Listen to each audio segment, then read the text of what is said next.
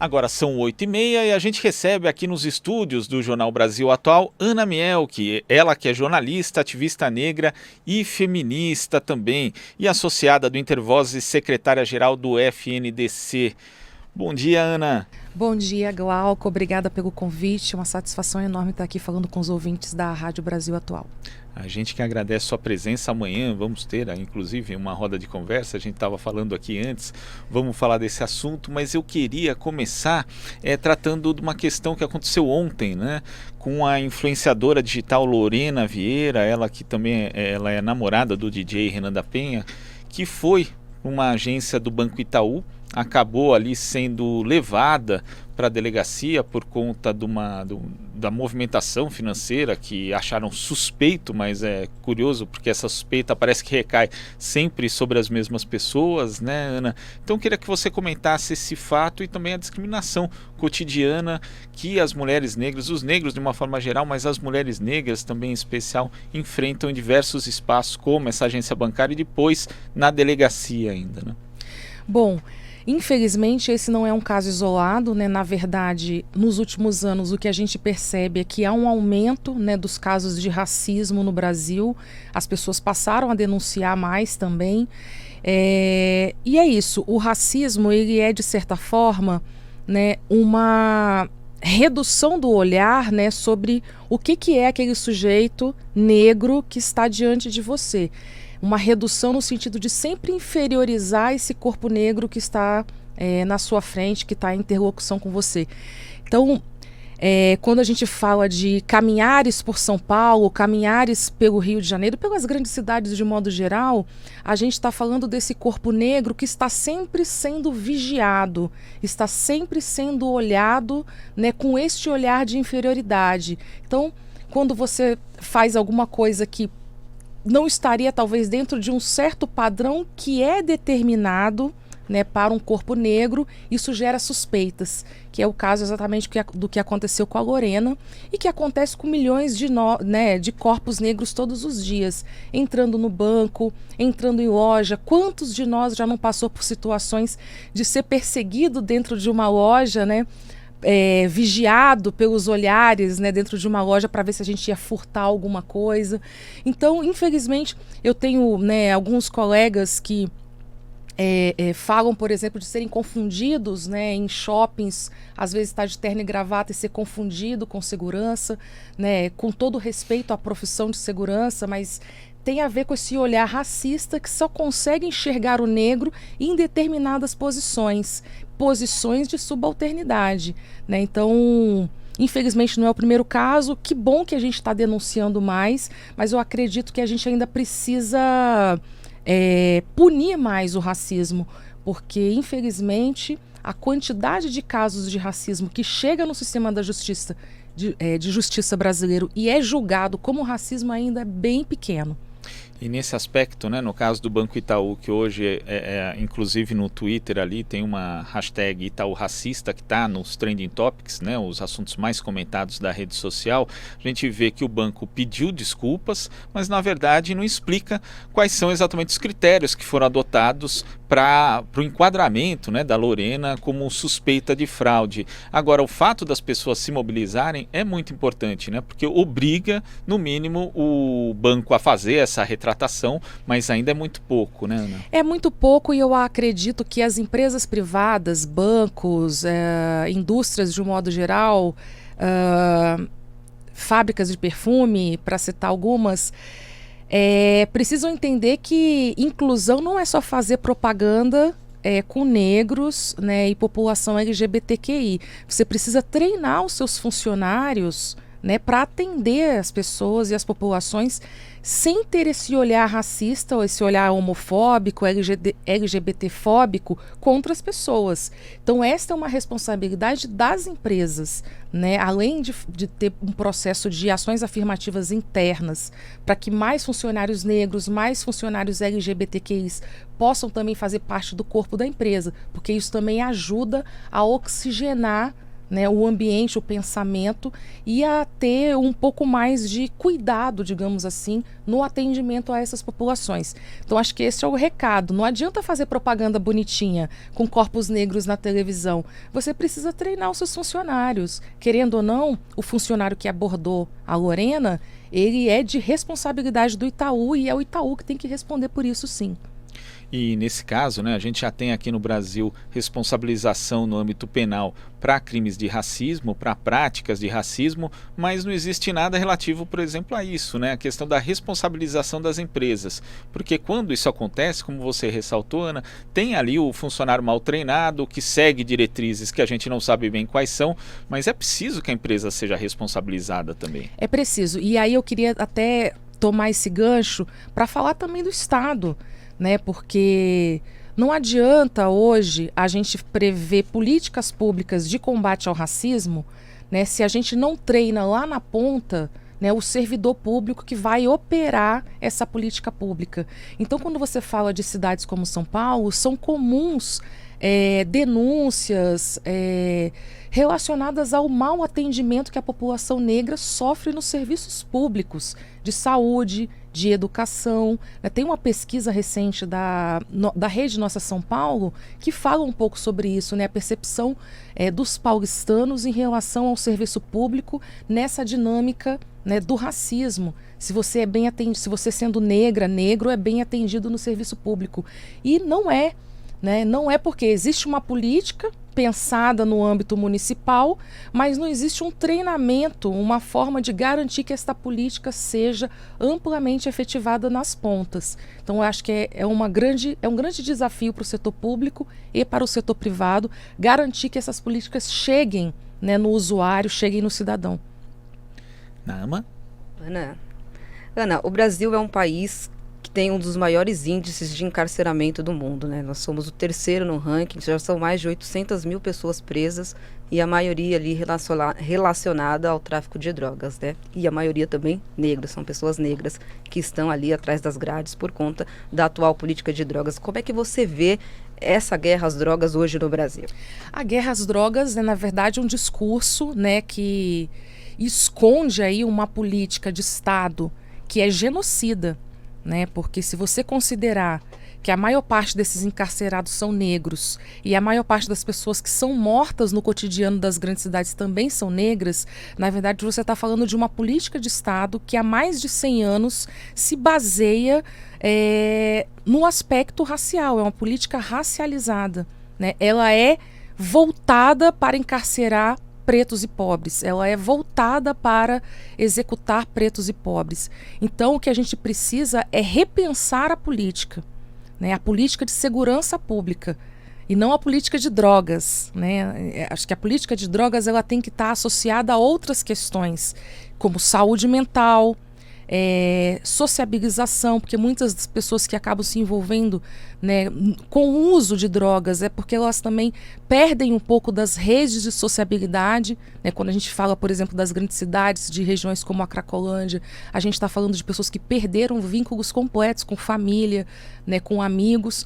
Então a política de drogas é uma outra coisa. O que a gente precisa repensar nisso que se chama de política de guerra às drogas é uma política de segurança pública. E na política de segurança pública, você tem que entender que você tem que fazer política para garantir a segurança do cidadão, né?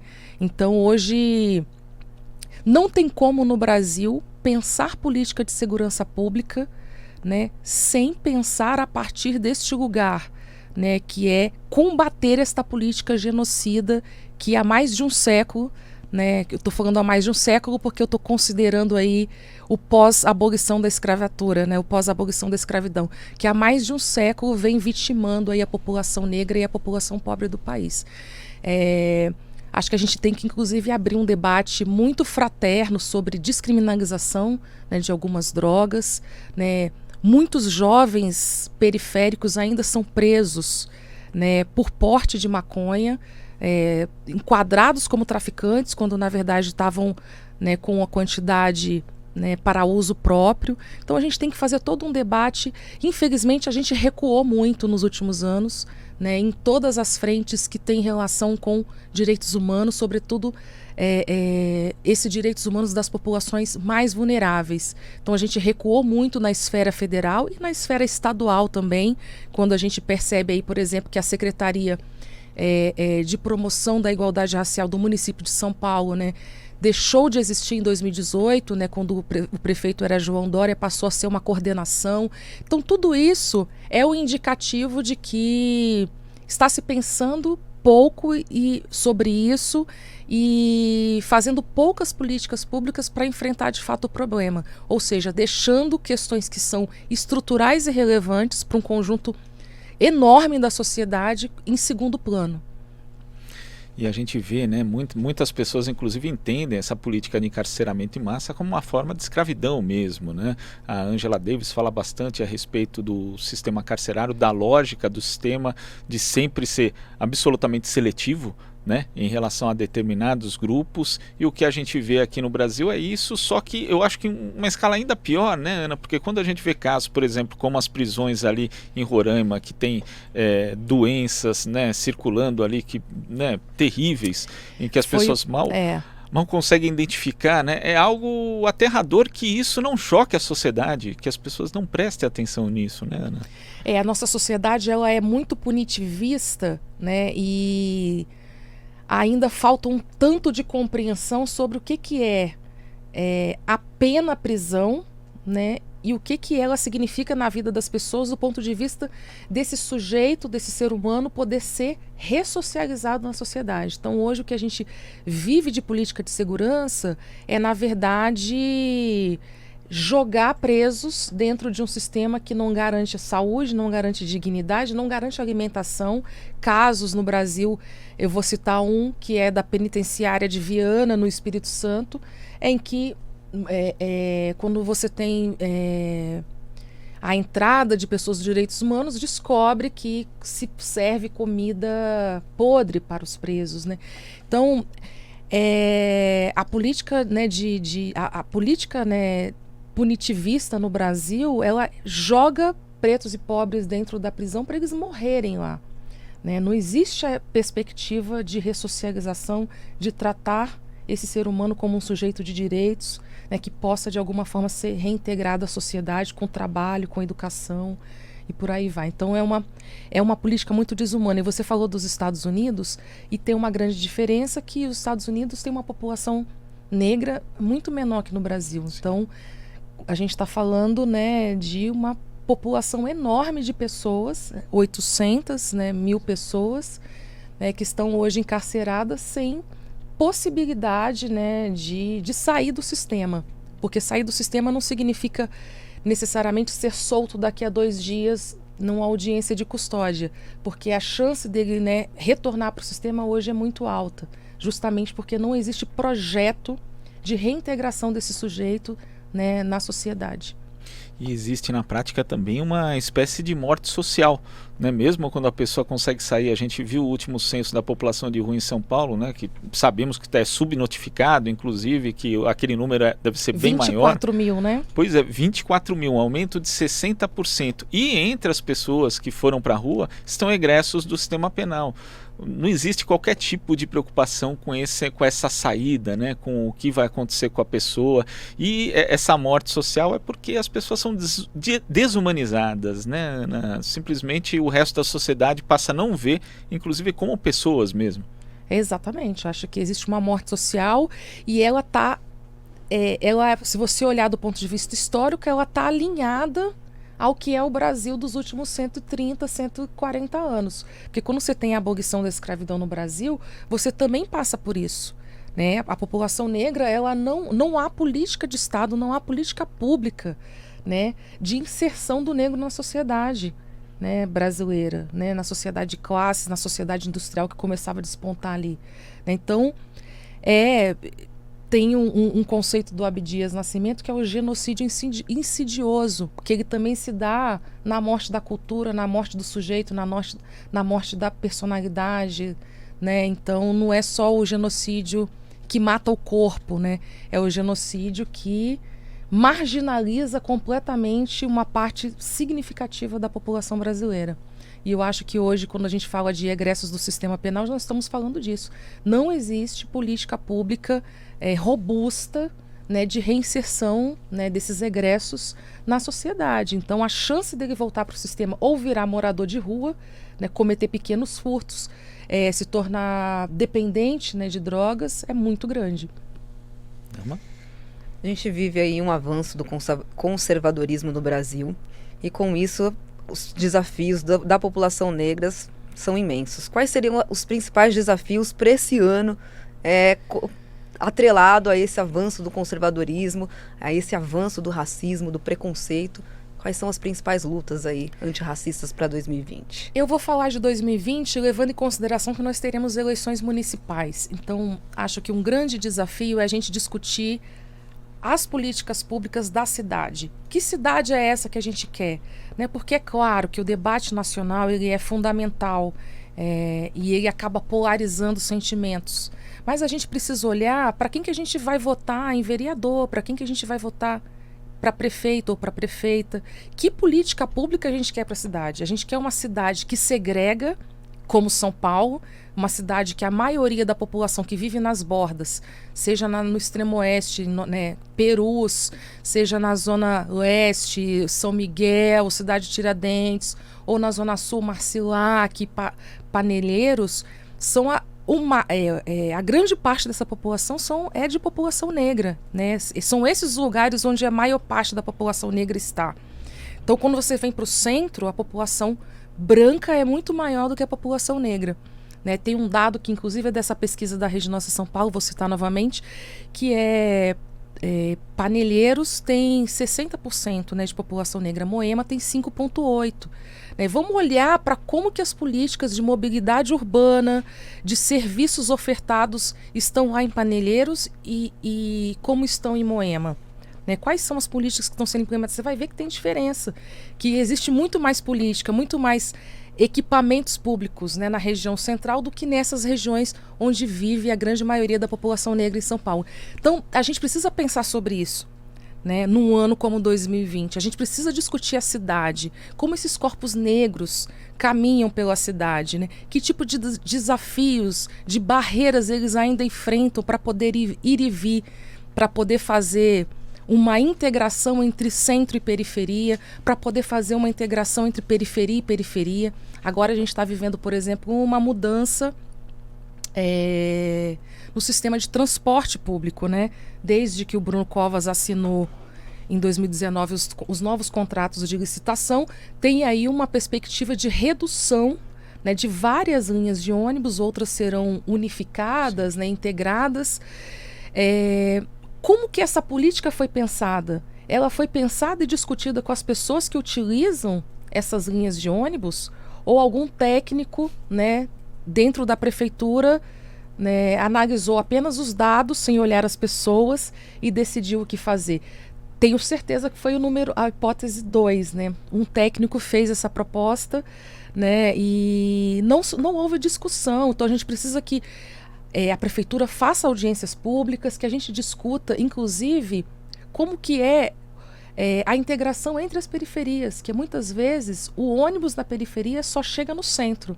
Então, para você ir para o bairro vizinho, você tem que ir até o centro e depois voltar para o bairro, né? Porque não existe integração. É como se os moradores da periferia só pudessem usar o transporte público para ir para o seu trabalho e voltar. Tá. Então, ele não usa o transporte público para o lazer, não usa o transporte público para visitar a família que está no bairro do lado. Então, pensar sobre isso, a partir dessa perspectiva negra, a partir dessa perspectiva periférica, feminina e feminista, eu acho que é fundamental para o ano de 2020. Né? Porque senão a gente fica jogando o debate todo para o âmbito nacional e esquece, né, que a gente mora na cidade, a gente mora no município, né? E é nele, né, que estão as políticas públicas mais locais, que afetam a nossa vida e os nossos corpos no dia a dia. E políticas públicas que às vezes, como você mencionou, segregam, né? E nesse sentido eu queria que você falasse da roda de conversa que vai ter amanhã sobre caminhares negros e femininos na cidade de São Paulo, Ana. Pois é pensando nisso, pensando quais são os desafios para 2020, que a gente está realizando essa roda amanhã. Então, eu vou falar um pouco sobre comunicação, né? Comunicação, e vou tratar também um pouco dessa vigilância que se instaurou com as novas tecnologias também, né? Então, quem são os corpos que são vigiados, né? Quais são as faces que são reconhecidas? A gente vai ter carnaval daqui a pouco, então acho que é um debate importante para a gente tocar. Teremos convidados com o professor Denis de Oliveira, que é um professor da ECA, que fala muito sobre comunicação popular, tem acompanhado muito esse movimento de novos coletivos de comunicação e cultura que surgem nas periferias. Tem a Cris Blue, que é percussionista, musicista e é do bloco Iluobá de Mim, que vai falar um pouco também do que é ter um bloco afro-brasileiro numa cidade como São Paulo, que sai no centro de São Paulo em todos os carnavais, quais são os desafios e as potências disso.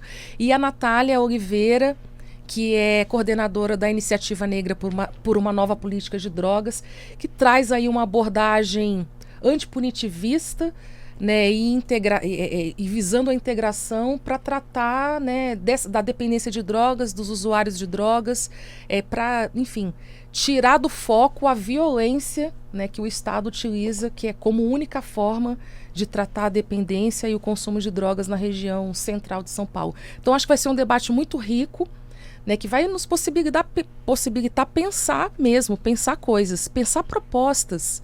Né? A gente precisa se ouvir, precisa dialogar para pensar junto o que a gente quer para a cidade de São Paulo. Esse é um pouco o objetivo da roda, vai ser amanhã às 15 horas, no Galpão do Folias, né, que é o galpão do teatro, né, Folias das Artes, que fica ali na Ana Sintra 213, do ladinho do metrô Santa Cecília, bem no fervo do centro de São Paulo. Então, a partir das 3 da tarde. Das 3 da tarde. E a gente vai finalizar o debate com uma roda de samba. Nossa querida Roberta e o bando de lá vai fazer uma roda de samba no final, para a gente também, né, dar uma relaxada depois de um debate que vai ser muito produtivo, né? Então, e sair de lá um pouco mais feliz, um pouco mais animado para enfrentar os desafios de 2020. Fica aí a dica para quem é de São Paulo, também para quem estiver nas cidades próximas. Ana, muito obrigado pela sua participação aqui no Jornal Brasil Atual. Até a próxima. Eu que agradeço o convite, estou sempre à disposição. Quando precisar, é só chamar. Obrigado. Conversamos aqui com a jornalista, mestre em comunicação pela ECA USP, associada do Intervozes e secretária-geral do FNDC, Ana Mielke.